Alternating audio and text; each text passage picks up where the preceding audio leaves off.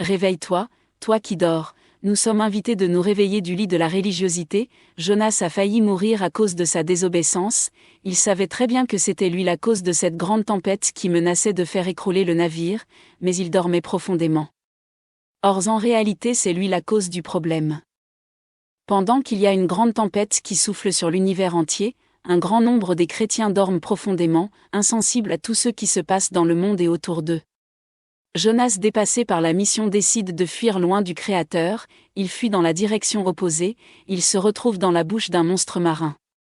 Là il se repent et décide d'obéir à la voix du Seigneur. Tu ne peux jamais fuir sa colère, la seule solution est de se repentir.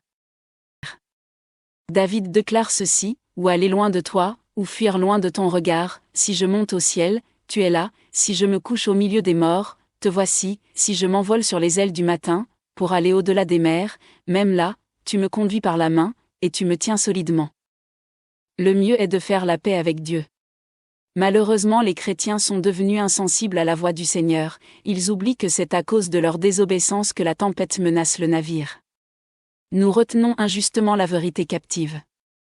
En d'autres termes, par les mauvaises actions, nous empêchons la vérité d'agir, malgré tout ce qui se passe autour de nous, nous refusons d'obéir à sa voix. Ce qui intéresse plus l'homme moderne, c'est l'argent.